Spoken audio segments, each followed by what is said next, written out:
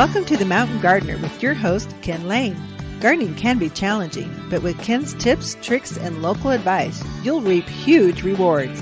Now welcome your host, Ken Lane.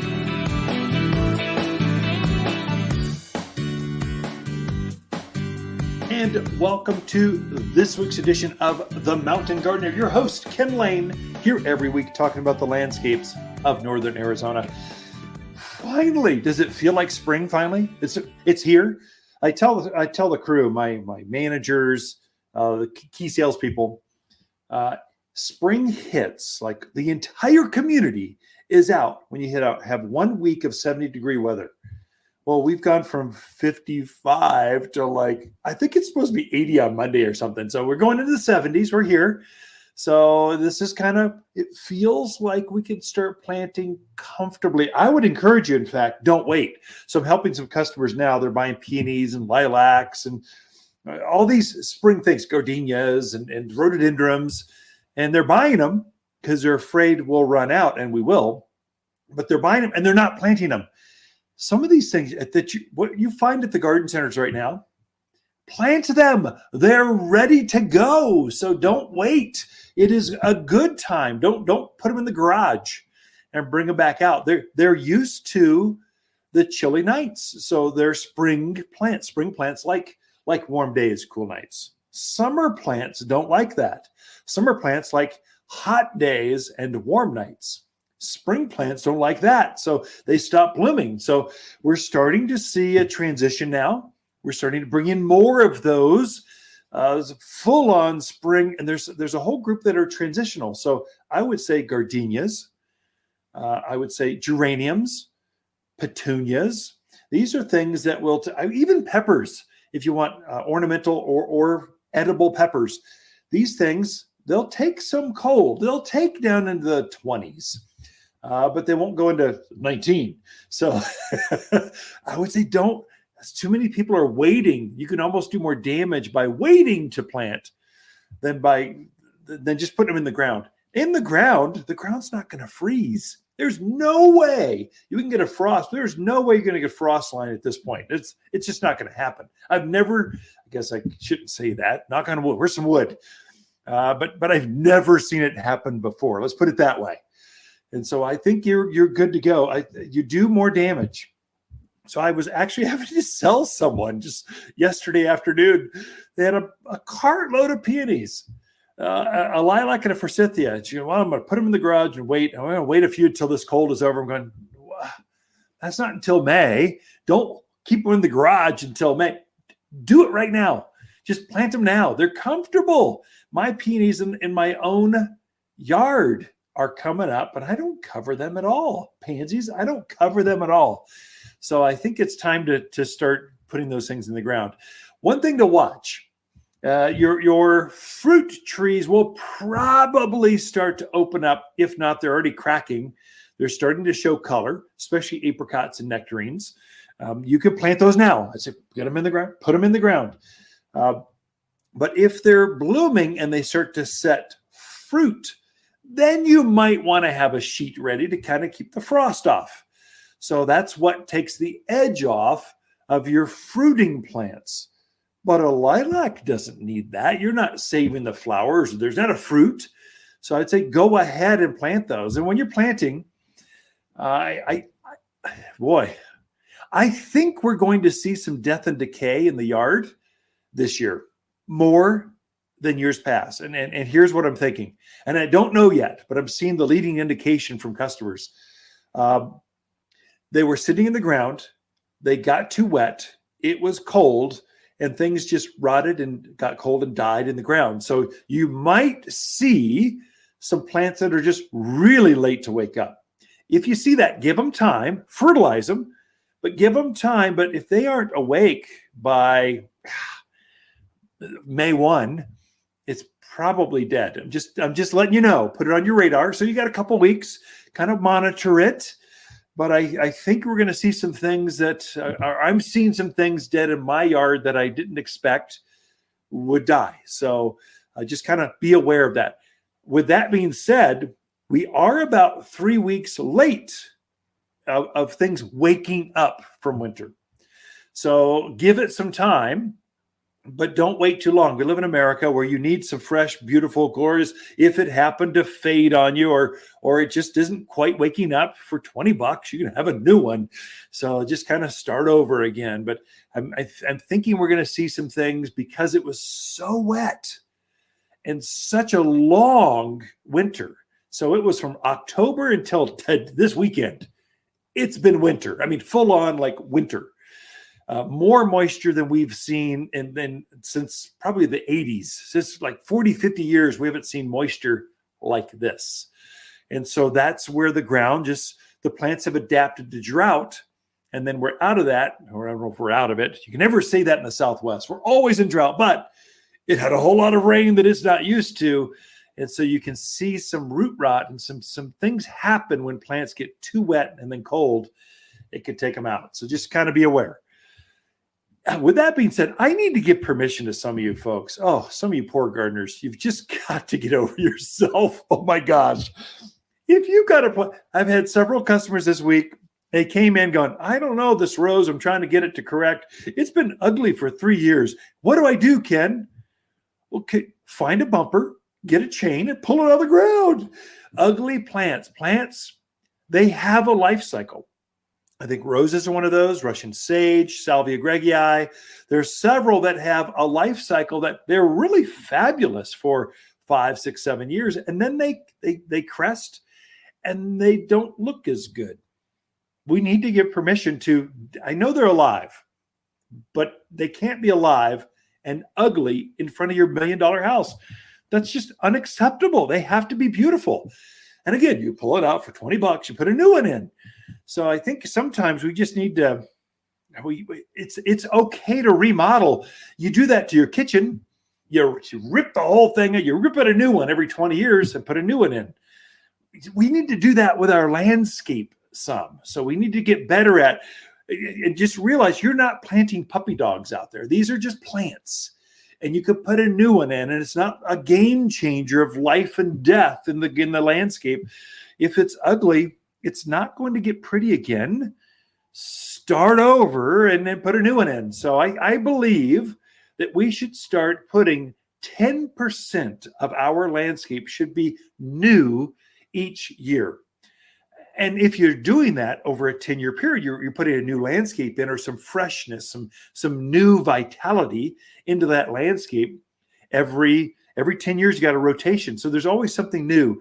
What we get left with are monocultures, where the plant, all that's left are just these hedgerow of junipers, and they're woody and overgrown, and they're just bringing you down. And you can date a neighborhood just by the photinias that are there, or by the pecky cedar that's out in front for your raised beds, instead of the new thing now are retaining block. So you can just you don't want your house to get dated. It's so easy to keep it updated. And I think your plants, they're the ones that start it. So you need to start with your plants and just adding some freshness in there. If your lilac has not bloomed for 3 years, I mean, maybe it's time to call it and go, I put you in here for fragrance and beauty, and you haven't been performing. You're out of here. So just kind of start over. It's okay to do that. I'm giving you permission to add, just to get rid of the ugly stuff. Step back. Look at the landscape and go, I have been wanting to try a new apple tree or berries or a new forsythia or a new crepe myrtle or whatever your thing is. There's always new. Sometimes my container gardens especially, I want some of those things. They live too long. I've got a shrub rose. I put the very first shrub rose into my backyard to see how long it would live in a container on my back patio. It's north facing. It's an awkward spot, and it has thrived, just absolutely done well. But now it's been 15 years. It's still there, and it's still blooming. It still looks good. I want it to die. I might just rip it out just to start over because I want a different color. There's some beautiful new shrub roses that are coming out. They actually have fragrance. They look like a long stem rose. There's some new genetics coming out that are just over the top. it's okay to put new stuff in or clean things out. We've got a lot in store for you. We got Lisa coming in with your garden questions. Let's take a break right after this. You've been listening to The Mountain Gardener with Ken Lane, owner of Waters Garden Center in Prescott. Join him every week for timely garden advice right for the gardens. Visit Ken where he can be found throughout the week at Waters Garden Center in Prescott.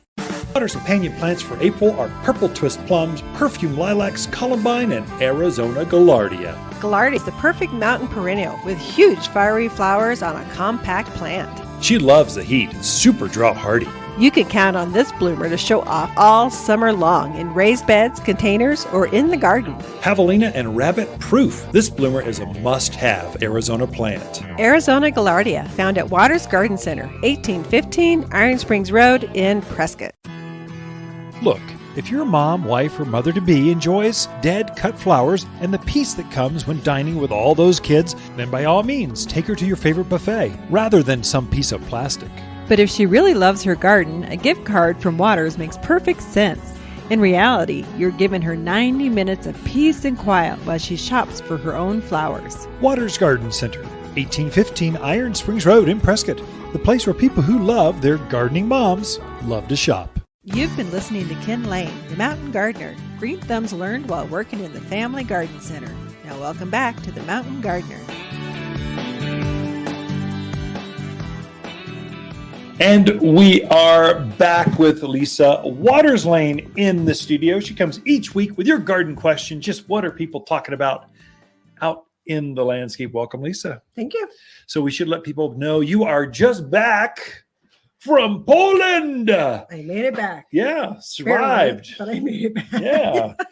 Yeah. So tell us what you're doing there? Why are you in Poland without your boyfriend? Well, I went with my daughter-in-law and the 3 grandkids, and we went to Poland. And her mother, who is originally from Poland. So they moved, I think, in the early 80s from Poland to the States. Yep. So it was just fun to go back. I got to see where Maria is her mother, where she grew up, the little village she grew up in, and where her dad grew up in, a little mountain town. But so we were down near Krakow is where we were. Beautiful country. Beautiful country. Oh my gosh. Great people. Great people. Food was good. Lots of chicken, lots of potatoes. Of course. Great You're beer. in Poland. But yeah, lots of spruce and firs and pines, lots of birch. Really interesting. Up in the Aspens? mountain. No, I Swedish didn't aspen? see many aspens. Seems like Swedish aspens come just a little bit south of there. It was mostly the birch that we saw. But just lovely country. I would definitely go back. I would love to go back in the summer. Take me. They love, because they're kind of like at a Flagstaff elevation. Yeah. So their season's kind of compressed, but they love their flowers. Oh, yeah. So she's like, you got to come back in the summer because they just do beautiful container gardening, hanging baskets. That's kind of their thing. They make the most of the season when they have the season. So I would love to go back. There are some really, it's got some friends on the international level, Poland, actually Ukrainians. Mm-hmm. Ukrainians love their garden centers. Mm-hmm. Czechoslovakia. So they're big into their plants there. And you wouldn't think that, but it's just natural alpine beauty all the time. No, they actually plant it. Yeah. So, and they love more. So I think part of that's just being indoors so long for winter. Yeah. When you finally come out, it's kind of like Montreal. Yeah. When they finally come out, they're going all in. So, but I had a wonderful time. I would definitely go back. It was fun hanging with the grandkids because they got. What'd they think? Were they speaking Polish by the time they got to? So when they first got there, they maybe knew 1 or 2 words. By the time we left, because where we were at, really nobody spoke English. It was all Polish, which was fun. It was great. You're living with their family, right? In their house, right? Yeah. So the kids were like, "Oh, I get it now. I get why this is important. Awesome to speak Polish." So it was fun to see. That's good. So for those folks in the Prescott area, they're hotel families, and so the Plevas, they are, you know who they are. So some of the folks in Prescott. So our boy married into she married. I guess you marry into each other's families. There they combined forces. Lanes and Plevas. So we got a strong contingent of Polish folks that we love dearly in our family, and they've just enriched our lives beyond what. But Teresa is the first generation born here, American. They've got dual citizenship, so they've gotten back and forth. So it's just fun to see, we love different cultures. We've always taught our family, our kids, God created cultures so that we can enjoy each other in different ways. And so our kids have always taken that and just gone extreme with it. And they've traveled around the world and just plop into some place. Very well traveled, and almost better traveled than us. Well, we'll change that. We're getting there. Yeah, we'll change that. So. But I would say if anybody has maybe thought or not thought about going to Poland, it is definitely worth going to. Really? Good. I would go. No, I'm jealous. You should be. I didn't get to go. I was here because we hired like a boatload of people. I just was nervous having all these new staff members. I want to keep the company culture going. I want to have strong. There's a bunch of women and 2 grandsons. You wouldn't have. Come on. Garden questions. What are we talking about? We should cover some garden content, not just your travel to Poland, but how was Krakow? Krakow, the city is amazing. So we went kind of this downtown Krakow. There's a huge castle there, a beautiful cathedral there, but just very traditional. How they do, the houses are kind of painted different colors, yellows and pinks, and wonderful little stores to go through. Just very art oriented. Lots of statues and all that kind of stuff. It was just very nice. So I've been to Hiroshima. Japan. That is very solemn. I mean, it is a very solemn place. Auschwitz, was that like that, or was it more of just a tourist trap? Oh, no, was it? It's not touristy at all. Auschwitz is definitely worth going to, just for the reminder. That actually did happen, and it was a horrible time. And also, it's just the history of it. You learn. I thought I knew a lot. But I learned so much more going there, actually walking through the different camps. And it is very sobering, but very worthwhile doing. How'd the grandkids take that? Were they okay, or they even realize what's going on? So we brought the older 2. One was 12, one is 9. And I was very proud of them. They weren't squirrely. Oh, good. And they asked very good questions, and they were thinking it through. And they, I was hesitant to bring the younger one. I would think so, but it definitely worthwhile. There were not many children there, younger people there, I would say, but they understood what it was. They understood the depth of it, the terribleness of it, and they asked some very good questions. Garden questions. So we don't want to end on that note. That's too depressing. Oh my gosh, death camps of World War II. Let's go to gardening. Well, let's go to strawberries. So Sue in Chino has an existing strawberry patch, which she wants to add to this year. Last year, she didn't feel like she got a lot of strawberries out of it. Sure. And someone recommended her using the flower power. So she wants to know, is that worthwhile using on the patch, or should she be using something else? So great question. So it should have been a blockbuster strawberry year last year. We had enough moisture. We were out of the monsoon. Rains came. It should have been the stars aligned, and you should have had unbelievable harvest. So I think we're down to soil or food. Soil is harder to correct because it's just, they're already planted. So it's a patch already there. You could throw a layer, although it's almost too late for that. I'd say right now it's just start with food. Flower power is great. It's a water soluble, but I think you need to actually do a twofold. Put down fruit and berry food. So we've got a fruit and vegetable food. It's a pelletized granular organic food. Sprinkle that on top of the patch. That will feed the worms, get your patch going. It'll promote more blossoms. And then in addition, I would do the flower power. I do twofold. I would do flower power twice a month. That's a water soluble. Just go out there and give it just make them happy. But that's also going to activate the pellets that will kind of double down. And if you do those 2 things, do the fruit and vegetable food, maybe every other month, and do the flower power twice a month. So hopefully I didn't get that confusing over the airwaves, but that ought to be a game changer. I think that'll get you a really good berry production on your strawberries, especially an older patch. So there you go. Come see us for more. Sometimes you just need to kick them in the pants. And the flower power definitely kicks them in the pants. So definitely worth it. All right. Our next question is from Tom in Prescott. So he didn't water his trees much through the winter because we Okay. just had so much rain. He Right. wants to know, when should I be getting them back on their regular schedule? Gotcha. So that's great, Tom. You're right on track. I didn't water very much, maybe once a month. It was very irregular because we had so much moisture. So, but I am turning my irrigation on, ours at the garden center and at home. We're starting to turn that on. I think April is when you turn your irrigation on. So your timing's perfect. It looks like there's no more moisture in the pipeline, and we're getting up into that late high 70s, 80s. So things are going to dry out. Yeah, hopefully. So now it's time to turn those things on. You're probably watering once a week for established plant trees and shrubs, roses, lilac, just once a week, especially as they start to bloom. So you're seeing purple leaf plum bloom, ornament. Things are starting to wake up and they're heavily budded, heavily blooming right now. That's your cue. Turn the irrigation on, because if they get dry while they're in flower, you'll reduce your flowers. So now's the time, Tom. Turn it on. Water them once a week. Deep soak about, I don't know, a couple hours. Once a week should be enough for a drip irrigation system. And you're going to do that through October. So I've got a handout on that. You can come in and get it. It's how to water here at the Garden Center. For more, Tom, we'd love to help you out. But that is the end of this segment. We just talked too much about Poland and traveling the world. It's nice to be post-COVID anymore. So Ken and Lisa Lane, the Mountain Gardeners. Be right back after this. You're listening to Ken Lane, aka the Mountain Gardener. Ken can be found throughout the week in Prescott at Waters Garden Center.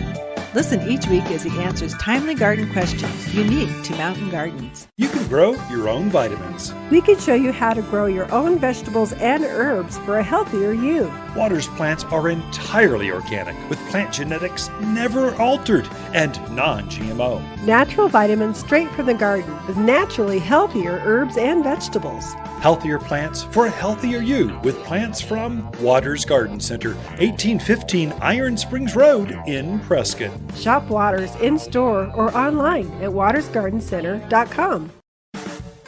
Waters Garden companion plants of the month are lilac, columbine, purple plum, and our Prescott poppies. These silk beauties look delicate, but really one of the toughest bloomers in the gardens.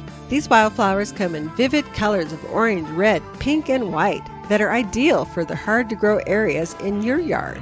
You're going to love your backyard again.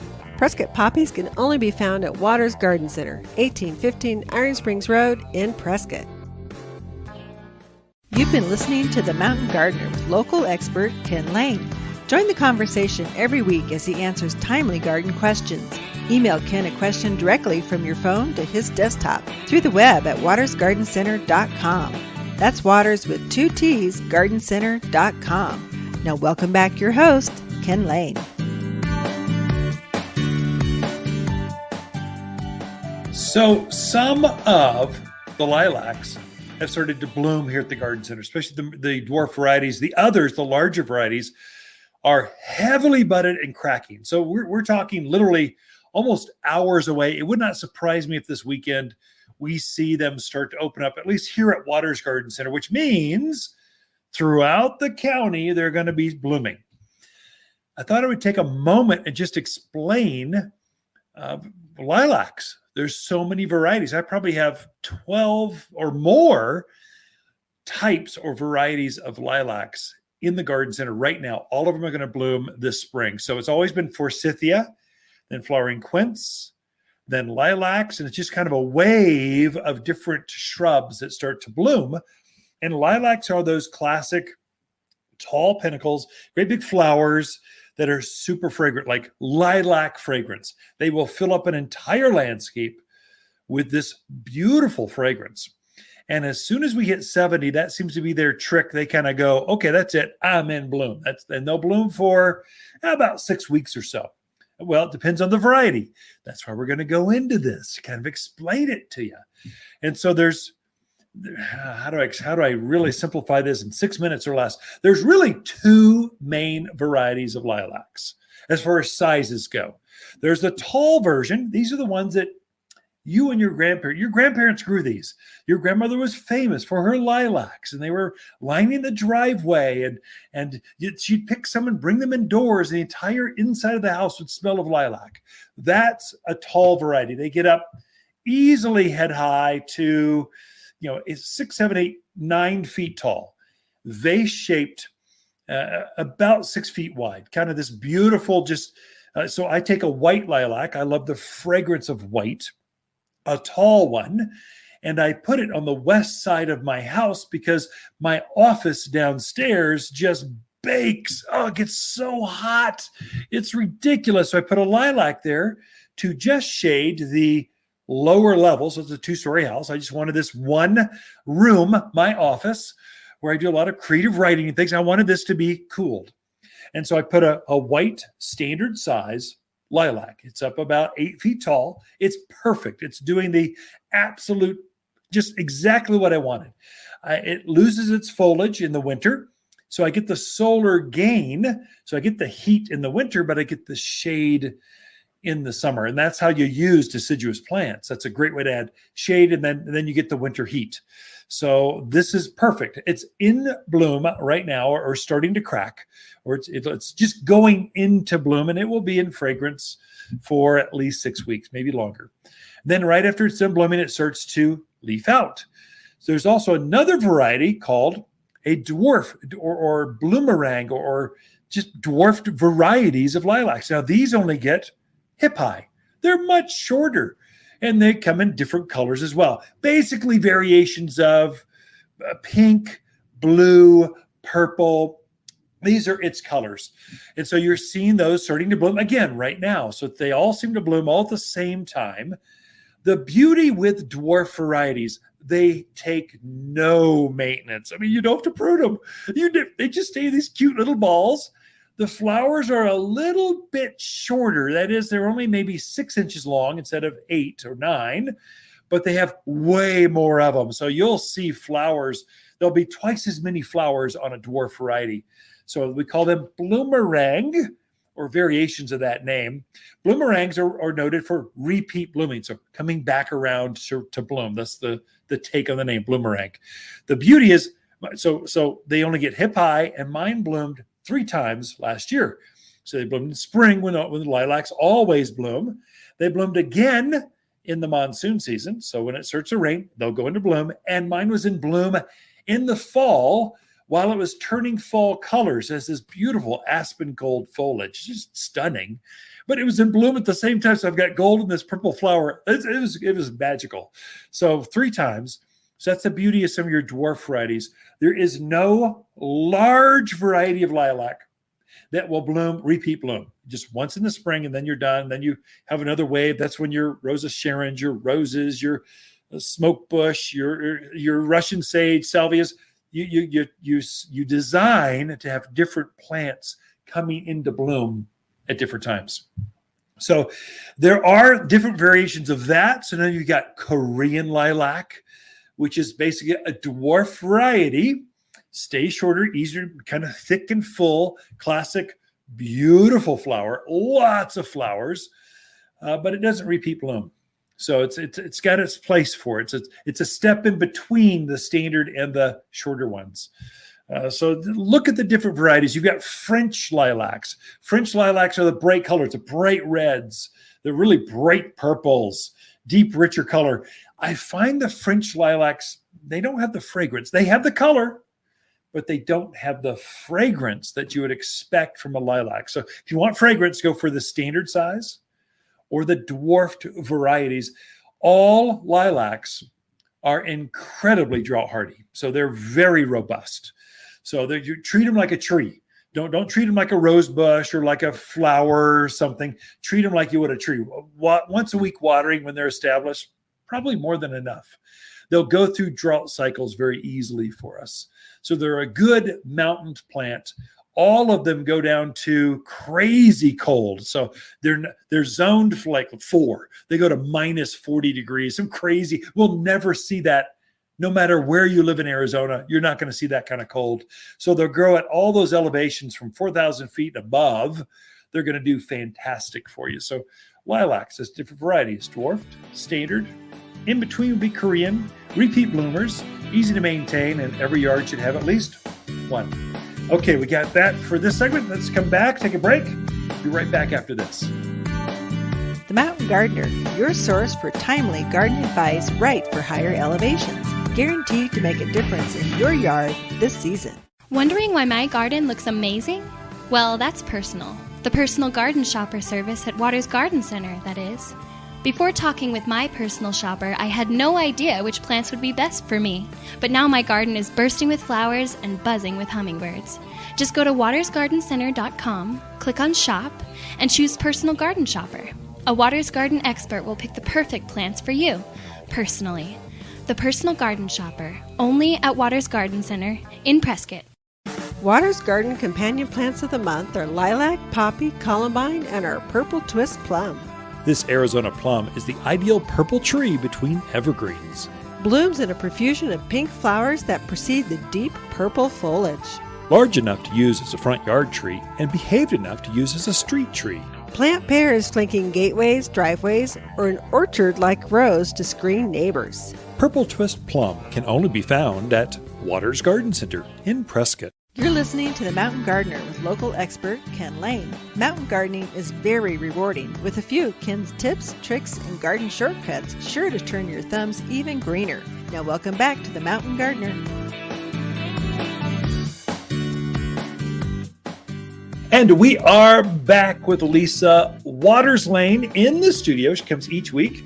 It just does a whole segment just for her, just so I can spend more time with a pretty gal in my office, in my studio. So Sure. welcome back. Thank you. Good to be back. Yeah. So the spring season, it feels like things are going. So it's like people are starting to come in. It's crescendoing. It's starting to go. And then by, I don't know, the end of this month, it's like, mayhem, oh my gosh.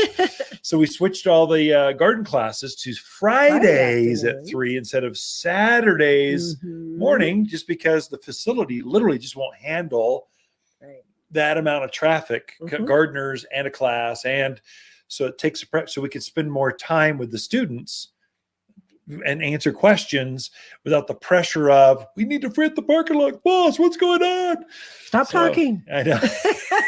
It gets to that sometimes. So they'll be Friday afternoons until the end of April. Right. Then we can take a break. Yep. During the peak of the season and come back in June. Yep. June 10th or 14th. I have to look. It's on our website. Check watersgardencenter.com. There you go. That's where you kind of look, but we'll start back. So the facility every day won't handle a class, and we just had to take a break. And the team, I want them focused on gardeners. I don't want them focused on clearing out the greenhouse, setting up chairs, just help customers put better plants in. I don't know. So anyway. Yeah. So what do you have for us? So what's going on? So we've had many trucks arriving. Spring is definitely in full gear, I would say. And I think we're safe to plant. I do too. That being said, always watch the weather. Well, but I think we're safe to plant. So we've been getting a lot of annuals in. So those plants, like one season, one and done, but they're beautiful throughout that season. Yeah. But we're also getting some nice perennials in. So most of your perennials tend to be more heat loving, but we have a nice selection of ones that are coming in now that are beautiful. And I brought in a few to show everybody. So we've gotten some really cool lavenders in. So I brought those. Those are in funky. I've never seen the white one. What is that? Is that a ghost or what is that? So this is a Spanish lavender. This is the white. I don't know if it's javelin. You're just thinking javelina. I know. You're not trying to. This is not Hispanic. You pronounce the J's in So this is a white javelin Spanish lavender. So you can see the tips of it. It's got a little bit of lavender color in the blossom, but the tips are white. So very, very unique. Yeah. Nice to mix out there with some of your dark purple lavenders. Gives you a really nice contrast for that. The other one that I really like, so this is Ghostly Princess. The name's kind of funky, but Sounds terrible. Sounds like Dracula would grow it or something. Ghostly the foliage princess. on it is kind of a silvery. That's true. Cool. Silvery gray foliage with a light lavender blossom on it. It's got a pink. It's got a pink I guess tip it is to it, more pink feather to it. Yeah. So really nice ones to contrast with those dark purple lavenders that we have. So traditional. So these are Spanish. Both are Spanish. Mm-hmm. And so Spanish is the one you see on the front of magazines. It's got the great big flower head with the like a bumblebee. like a bumblebee. Yeah, it's hovering above it. There's also French lavender. That's the one you do mainly the fragrance of potpourris. It's got more oils in it. Right. And then there's English lavender, which is the great big bolt. That's the landscape variety. Right. It's got more wispy, thinner. The foliage is beautiful. It's also hardier. Right. It takes the cold and weather. This kind of winter, the English are going to come back in a heartbeat because they're used to cold, damp, dreary landscapes. French and Spanish like bright, hot weather kind of stuff. Yeah, they're perfect for those really hot areas in your yard, in front of a retaining wall, wherever you got a really hot spot. That is perfect for lavender. So I definitely recommend Javelin Forte, white. And you have Ghostly Princess, Spanish lavenders. Right. Two of them. Plus, we've got the traditional. We've got some Munsteads in. We got some Goodwin Creek in, which are the more traditional English lavenders. So I also brought, this is really pretty. This is Nepeta, otherwise known as cat mint. Yeah. So this is another one that's just great for hot spots in the yard. It's so big, it's taking up the camera. So there we go. We'll try to. It's a nice kind of more low growing. Makes a nice mound, I would say, probably 18 to 20 inches is how far it spreads out. Just perfect for those spots that nothing else has been able to grow in. Animal resistant. It's in the herb family. Yep. So it is animal resistant. We have this one actually in the landscapes at the garden center, which the javelinas go through. They ravage. All the time. Ravage, yep. And they do not bother this at all. So if you've had a trouble spot before, this is perfect to throw in there. Normally, this would be in bloom in April. So ours, I just cut ours back real hard last weekend, I think. So I cut it way back, and underneath all that matted, old last year's growth, it's already up 4 inches. So it's usually it would be in bloom by now, but I think just by cutting back the old last year's foliage, exposing it to this kind of weather that's coming right now, the sun and the worm, it'll be in bloom in 2 weeks, and it will not stop blooming through the season. This is one that benefits if you cut it back or deadhead it in the peak of the spring when it's done blooming, then fertilize it. It'll come right back into bloom again. You can have this thing bloom 4 or 5 times up until a hard frost. Oh yeah, it's amazing. Every yard should have at least one catmint, or what's the botanical in that? Nepeta. Not Peta. That's a good name. Nepeta. If I had another son, I'd name him Nepeta. No, yeah. That would be bad. Also good for container gardening. So if you're not into throwing stuff in the ground, excellent on the edge of a large container. Kind of spill over and be really pretty there too. So what is your absolute favorite? You can only have one. You're going to a desert island, you and your plant. It's going to be a perennial. What would be the one perennial you'd take on a desert island with you? I don't know. Just name one. First one that comes to mind. Ooh, I can't do it. I'm out. Really? I would go autumn sage. For me, Salvia greggii, just because it blooms a long time. Hummingbirds love it. It would bring in the butterflies. It would just be a great little plant. It gets knee high. It doesn't take much care. If I only had one and I wanted to sip coconut juice on my beach, on my private island by myself for the next 5 years, it would definitely be autumn sage. That's a good one. That's a good pick. No, that's mine. You can bring one yourself. What I like the Centranthus. Oh, that's interesting. It just blooms so crazy long. That's Jupiter's beard, right? Jupiter's beard. So that's a native.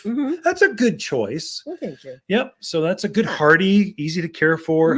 Hummingbirds again. Right. Love it. Love that. Do we have Centranthus? We have lots of salvias in the autumn sage. Yep. Centranthus, not yet, but it's coming. Okay. Yeah. It's definitely coming. So that's a good native plant that you should have in your yard. Perennial. That ours is already up. Again, I cut everything back. All the perennials got back last week, and now it's already up ankle high. And within 2 weeks, It'll be blooming. covered in pink flowers, and it won't stop until next winter. Right. And then it's one that reseeds throughout the yard, kind of like gaillardia. It just keeps reseeding, or blanket flower. They call it, the common name's blanket flower, because eventually it's going to blanket your yard with this beautiful sunflower type flower that blooms nonstop. And animals don't eat them. Right. Isn't that interesting? Yeah. Pack rats are our nemesis in the backyard. I know. Javelina in the front. And neither one bothers either one. The lavenders, catmint, Jupiter's beard is the common name. What's the other one? Salvias. They don't bother any of those. Not at all. Amazing. Yeah. All right, so that's it for this segment. Perennials. You can put perennials in now. You can enjoy the fragrance, the color, the beauty now, and not have to worry about covering them or what's going to happen down the road. Ken and Lisa Lane, the Mountain Gardeners, will be right back after this. Look for more tips, tricks, and garden shortcuts through Ken's website. Podcast the show, read his weekly garden column, or follow him on Facebook and Instagram at watersgardencenter.com. That's Waters with 2 T's, gardencenter.com. Growing up in Prescott, we knew spring was here when my grandmother's lilacs bloomed. I'm Lisa Waters Lane, and my grandma would be thrilled with the new Bloomerang Pink Perfume Lilacs at Waters Garden Center. New pink blooms fill the landscape with fragrance of grandma over and over again in the garden. Mine bloomed 3 times last year, making spring last well into fall, all for under $25. Lilacs like grandma used to grow, and better. Waters Garden Center, 1815 Iron Springs Road in Prescott. There's nothing like tomatoes picked fresh from your garden. Waters' Mountain Tomato Collection are varieties proven to produce and thrive. Heirlooms, beefsteaks, cherries, naturally grown for local success. Completely organic, never genetically altered, and utterly delicious. They're ready for your garden now. You can grow your own this spring, and we can help.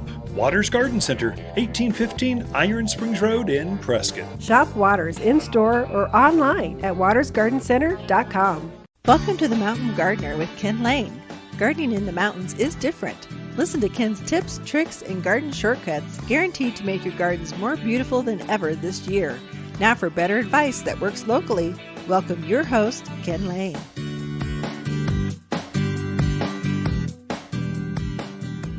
Let's cover herbs. It's time to put the herb gardens in. I think it's time to put potatoes and onions and garlics and rhubarb, asparagus. It is time. In fact, you're starting to run out of time on some of those things. So you want to put your root crops in now. You could start by seed, your radishes, your carrots. They can all be going in now. All of your early spring vegetables and flowers, they need to go in now. I mean, don't protect them. Plant them right in the gardens and enjoy the color. Start harvesting spinach like right now, because it's time. If you're waiting to put potatoes in, we got lots of crops, lots of varieties of potatoes. So purples, the reds, the regular russets, those could all be put in the ground right now. At some point, I should do a show on, or a segment on, just how to grow potatoes. It's so easy and so fun. Oh my gosh. And there's nothing better than a fresh potato you just planted in the ground. It's just amazing. Anyway, but this segment, I want to cover herbs. Herbs are, I think they grow better here than anywhere else in the country. So if you in the Midwest and the South, you get some humidity, things that happen. They get leaf spot and some mildews, some melting problems. In the more rainy areas like the Northwest, same thing. They like bright sun. Herbs need at least 6 hours of sun or more. So the more sun, the better they are. So they just love this, and they like cool nights. And so the flavor and the fragrance will come out of your herbs when they're dry, when they're cool at night, bright during the day. This is just everything about the mountains. Herbs love to grow here. And most of them are perennial. That is, they'll come back year after year. You're planting them once and you harvest them for years. So sage, oregano, lavenders, curry, mint. These are all things. Thyme. I have an entire lawn of nothing but thyme, creeping thyme. It's just wonderful. And they come back year after year after year. They're just easy to grow. Probably one of the easiest plants. And if you're out in that wildland interviews, you've got antelope right there in the Quito Valley, up in that, up at the base of the Bradshaws, or you're out in the forest of Hazley and Copper Basin, up that ridge line. You've got wildlife everywhere. It's ridiculous. You're surrounded. Your neighbors are feeding the javelina. You don't stand a chance. But herbs, you do. Herbs, they don't like herbs. They don't like the flavor of herbs. They don't like the taste of herbs. You would think they would. We enjoy them so much. But animals, they don't like the flavor. Maybe they'll eat a little bit of fennel. They might eat a little bit of basil, but they don't like thyme and oregano and curries and lavenders. Flat out, you can put them right in the middle, unless they're bedding in them. Then they're not eating them. They're just squishing them while they root them around and make a bed in their whatever. So they're a good plant. They take our wind, they take our sun, they take our alkalinity. Our water just makes it more difficult to grow things here in the mountains of Arizona. And that's all of us, whether you're tuned in from the White Mountains, Flagstaff, Camp Verde.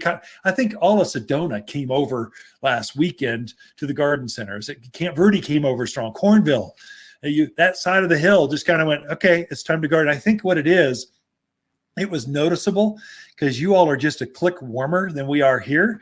And all it took, and you've been pent up as well. I think they just all got in the car and went, we're going over the hill. We're hitting Trader Joe's and Costco and Waters Garden Center. We're going to do some plant gardening. So it's kind of fun to see that. And we're very familiar with that part of the state, this whole central highlands. So from Seligman and Kingman, you all are represented because you come over for the VA and I think some shopping. You don't have a great garden center there. And so you're coming over and we're kind of that first or last business you're coming into town. You just hit us on the way out. So I love it when you share where you're from. Please say hi, because it's interesting for us. It just makes it's just fun. I don't know. I get to hear the stories and what's going on. That's what I love about retail. Yes, we're selling plants, but really it's a people relationship thing. And you just get to talk to folks and hear where they're from and what's going on. So it's just interesting how this year is kind of playing out a little differently. Herbs. I think there's a season for it. And right now is the season to plant herbs, all except for maybe basil. That's a summer plant. It doesn't like the frost or any kind of cold at all, but oregano loves it. Mint needs it. Lavender thrives in it. And so you want to plant those things right now. I would say plant them, don't cover them, just leave them exposed. Give them more sunlight. They want morning till evening sun. The secret, the insider tips for herbs, and it's just me. Okay, so my name is Ken. We're just friends. We're talking over the back fence, and this is kind of working in my backyard. I think it's going to work in yours as well. They like to be a rich garden soil. They thrive better. They flush. So these are very fast growing plants. They like to be cut. Don't let your herbs go to seed. So don't let basils or oregano or thyme they like to be cut back often. They're kind of like a lawn. You're harvesting the rich, tender new foliage. That's where the best flavor comes out. So go for that. So the more you cut on them, it's almost like they get better as you cut on them. So don't be afraid to pick off foliage, harvest stems, using them. Even if you're not going to use it, just cut it back and compost it, or just add it. What I'll do is I'll add it just to in the barbecue. I'll just have them there kind of roasting, adding aroma to the chicken or to the pork chop on the barbecue. Sometimes I'll harvest barbecues, long stems of my rosemary. There's a variety, Tuscan blue or barbecue rosemaries. These are real long stems. I'll take a long stem. I'll strip off the foliage except for the very end, and I use them as a skewer. So I'll just I'll take this rosemary stem and I'll use it to have shish kebabs on the Barbie. And it just has this flavor that goes from the inside out. It's like magic. Oh my gosh. We love rotisseries. And so I will take a pork chop or a tenderloin, and I'll have it on the rotisserie on the grill. I'll have a a saucer underneath that, usually a pan of some sort with some water. And I just go pick my herbs and I'll sprinkle that so that it's actually there brewing underneath the meats and it just comes out. It's nice for me when I'm grilling on the back patio, but it adds that flavor to my whatever I'm grilling. It's just great sprinkle on top of zucchinis. It's a wonderful way. Herbs are so, if you're buying herbs from the grocery store, you are missing out. Fresh herbs are better and way cheaper to grow. I mean, oh my gosh, you could do this yourself and it's free at that point for years to come. It's a great way to go. The other one I noticed too, and again, there's some personal experiences. The flavor of my herbs are better when they're on the dry side. And so for my vegetables, like tomatoes and cucumbers and eggplants, I harvest those early morning because they're better when they're plump and full early in the morning. Not so with herbs. Herbs taste better. There's more flavor. There's more aroma to them if you pick them in the heat of the day. So I'll wait until 10, 11, 12 o'clock in the day. At the end of the day, 2, 3, 4, the flavor is better on my herbs when I'm waiting till they're just on the dry side. So don't water them and then harvest. Let them go dry and then take a blow dryer to them. The flavor will be better at that point. You'll notice it. You'll have this flavor to it. Another one too, just while I'm on a kick, while I'm on a rant, here we go. Oregano is, I use that one often. I'll use that as a replacement for cilantro in my pico de gallo. It has a really deep, rich, spicy flavor to it.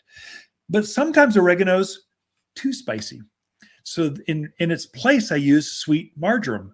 It's like it has an oregano flavor, but it's always sweet. So if you need that sweeter side for sautés and stuff, boy, look at sweet marjoram. It is so delicious. But it's time. You can garden.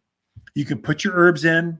Start with those. Put them in because they're going to be perennial. So think through where can I put them and have them stay. I don't have to turn the soil. A rototiller is going to get them. Just get them where they're in for years, not just a season. You can plant herbs in your backyard. It's so easy to grow them. If you need help, we're here for you. I'm glad to help you. Right back after this. You're listening to local garden expert Ken Lane, the owner of Waters Garden Center. He can be found throughout the week at Waters Garden Center, located in Prescott at 1815 Iron Springs Road. Thanks for tuning in to The Mountain Gardener. Waters Garden companion plants of the month are lilac, poppy, purple plums, and our songbird columbine. This graceful beauty dances in the shade of the garden, holding its head high, smiling back at you. This bloomer comes back each spring with lacy green foliage, promptly followed by amazing two-tone flowers. An excellent cut flower that is both deer and rabbit resistant. So hardy, some varieties naturally call Arizona home. Songbird columbine can only be found at Waters Garden Center in Prescott. Look, if your mom, wife, or mother-to-be enjoys dead, cut flowers and the peace that comes when dining with all those kids, then by all means, take her to your favorite buffet, rather than some piece of plastic. But if she really loves her garden, a gift card from Waters makes perfect sense.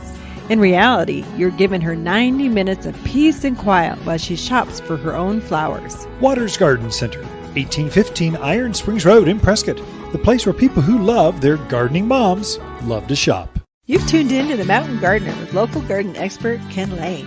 Join him each week as he answers timely garden questions that are sure to make a difference in your gardens. Now welcome your host, Ken Lane.